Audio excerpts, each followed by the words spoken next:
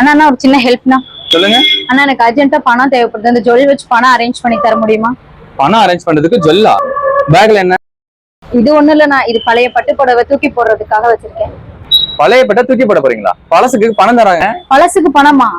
அப்படி நான் தேடி வந்த இடம் தாங்க ஸ்ரீ காஞ்சிபுரம் பட்டு சென்டர். இவங்க புடவை எவ்வளவு கசங்கி இருந்தாலும், எவ்வளவு கிழிஞ்சு இருந்தாலும், எவ்வளவு பழசா இருந்தாலும் உடனடியாக அதிகம் பணம் தருவாங்க.